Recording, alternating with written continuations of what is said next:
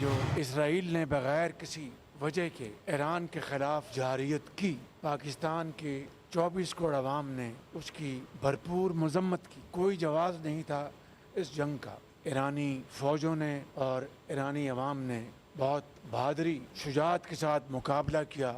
Israel के defence को बुरी तरह एक्सपोज किया। पाकिस्तान का जनाब सदर असूली मौक़िफ़ है कि ईरान को पुरअमन मकासद के लिए आपको जौहरी ताकत हासिल करने का पूरा हक हासिल है। पाकिस्तान ईरान के असूली मौक़िफ़ के साथ खड़ा है। पाकिस्तान ने ईरान के जोहरी तवानाई प्रोग्राम की हिमायत कर दी। वज़ीर आज़म शहबाज शरीफ कहते हैं ईरान को पुरअमन मकासद के लिए जोहरी तवानाई के हुसूल का हक हासिल है।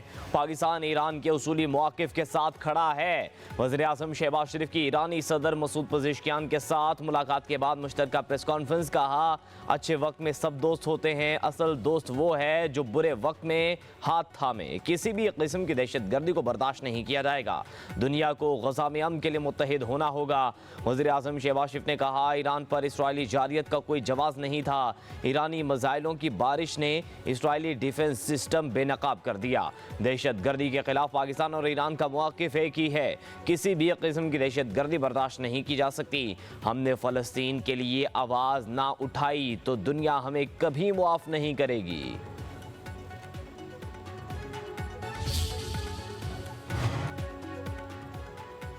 उम्मत मुस्लिमा के इत्तेहाद की सख्त ज़रूरत है। पाकिस्तान के साथ अच्छे ताल्लुकात ईरान की खारजा पॉलिसी का अहम जुज़ है। ईरानी सदर मसूद पज़ेश्कियान का मुश्तरका प्रेस कॉन्फ्रेंस में इज़हार ख्याल। कहा, पाकिस्तान हमारा दोस्त घर है। दो तरफ़ा ताल्लुकात को मुख्तलिफ जहतों में आगे बढ़ा रहे हैं। इसराइल खित्ते को अदम इस्तेहकाम का शिकार करने के एजेंडे पर अमल पैरा है। इसराइली जारियत के खिलाफ पाकिस्तान की हिमायत पर दिल से शुक्रगुजार हैं। दोनों ममालिक के ताल्लुकात मुश्तरका सकाफत और मजहब पर मबनी है। इलाकाई अमन और तरक्की का आपस में गहरा ताल्लुक है। अल्लामा मोहम्मद इकबाल की शायरी हमारे लिए भी मशअल राह है। पाकिस्तान और ईरान के दरमियान मुतअद्दिद मुआहिदों और मुफाहमती यादाश्तों पर दस्तखत। तिजारती हजम $10 अरब तक बढ़ाने का अज़म। दोनों ममालिक के दरमियान कुल 13 मुआहिदों के दस्तावेज़ात का तबादला। साइंस, इंफॉर्मेशन टेक्नोलॉजी, सयाहत, सकाफत, मेट्रोलॉजी, मौसमियाती तब्दीली और कुदरती आफात से निमटने के शोबे में मुआहिदे तय पा गए। Maritime safety and fire fighting, अदालती मुआवनत और इस्लाहात समेत दीगर मुआहिदों पर भी दस्तखत हो गए।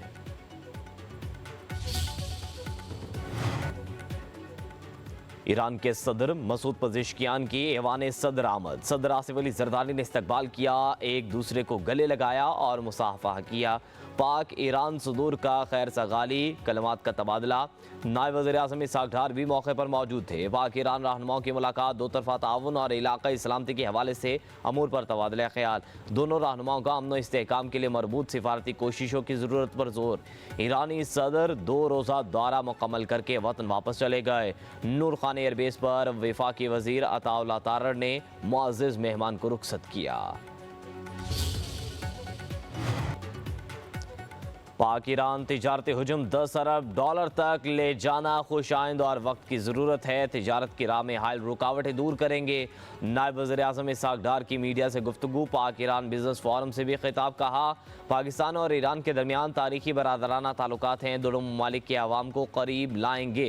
पाकिस्तान के तमाम इशारे मुस्बत समत में गामजन हैं। ज़रई और सनअती शोबों में सरमायाकारी के बहुत से मौक़े हैं।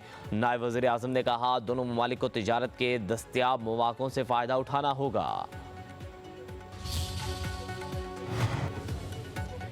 ईरान के वज़ीर roads and urban development Farzana Sadiq की वफाकी वज़रा से मुश्तरका मुलाकात। अब्दुल अलीम खान की ईरानी वज़ीर को 23-24 अक्टूबर को वज़ारती कॉन्फ्रेंस में शिरकत की दावत। कहा, तिजारत में इजाफे के लिए ज़मीनी, फ़ज़ाई और बहरी राबते ज़रूरी हैं।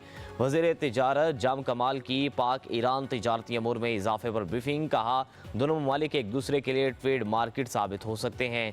वज़ीर रेलवे बोले, इस्लामाबाद, तेहरान और इस्तंबुल की रेल मंसूबे का असर-ए-नौ जायज़ा लेंगे। ईरानी वज़ीर फरजाना सादिक ने कहा कि ईरान और पाकिस्तान के दरमियान गाड़ियों की आमदोरफ्त में इजाफा होना चाहिए। दोनों मुल्क ज़ायरान से कोयटा के मौजूद रूट में जिद्दत ला सकते हैं। आज से मुल्क के बेशतर इलाकों में बारिशों का नया सिलसिला शुरू होने की पेशगोई। 7 अगस्त तक इस्लामाबाद और पंजाब में मूसलाधार बारिशें मुतवक्के। खैबर पख्तूनख्वा, कश्मीर और गिलगित बल्तिस्तान में गरज चमक के साथ बादल बरसेंगे। 6 अगस्त को बलूचिस्तान में मूसलाधार बारिशें होंगी। सिंध के साहली इलाकों में हल्की बारिश की पेशगोई।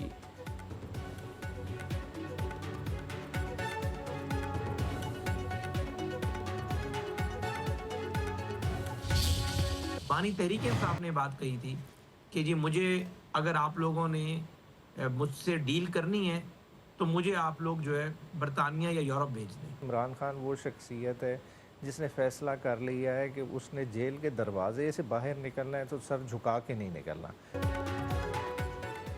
बानी पीटीआई ने यूरोपीय मुल्क जाने की ख्वाहिश कर दी। वजीर मुमलिकत हुज़ैफा रहमान का दावा। पब्लिक न्यूज़ के प्रोग्राम डायलॉग में गुफ्तगू करते हुए बोले, बानी पीटीआई ने कहा अगर डील करनी है तो मुझे बरतानिया या यूरोप भेज दें। तहरीक इंसाफ के रहनुमा बैरिस्टर उमर नियाजी ने तरदीद कर दी। कहा बानी पीटीआई ने ना कभी डील मांगी ना मांगेंगे।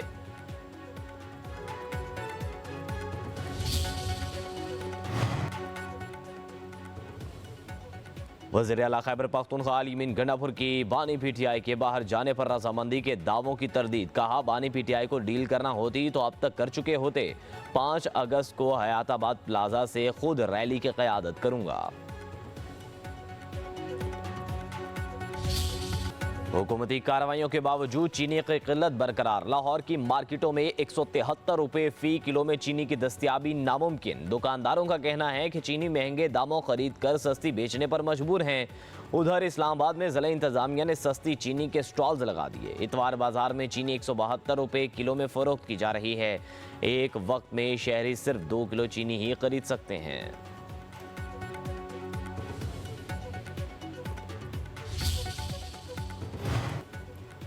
हज दरख्वास्तों की वसूली का आज से आगाज़। हुकूमत का गैर रजिस्टर्ड आज़मीन से भी दरख्वास्तें वसूल करने का फैसला। दरख्वास्तें पहले आएँ पहले पाएँ की बुनियाद पर वसूल की जाएंगी। 38 से 42 रोज़ा हज के लिए 5 लाख रुपए जमा करवाने होंगे। 20 से 25 रोज़ा मुख्तसर हज की पहले किस्त के तौर पर 5.5 लाख रुपए जमा करवाने होंगे। नीलम वैली के इलाके केल में मार्का हक और जश्न आज़ादी 2025 की तकरीबात का शानदार आगाज। आला अस्करी सिविल हुकाम, मुअज़्ज़िज़ीन इलाका और बड़ी तादाद में आवाम की शिरकत। खेलों के मुख्तलिफ मुकाबलों में नौजवानों की भरपूर शिरकत। सरगर्मियों में एथलेटिक्स, क्रिकेट, वॉलीबॉल और बैडमिंटन शामिल। इख्तितामी तकरीब 13 अगस्त को केल में होगी। पोलो, फाइनल, पैराग्लाइडिंग और इनामात तकसीम किए जाएंगे।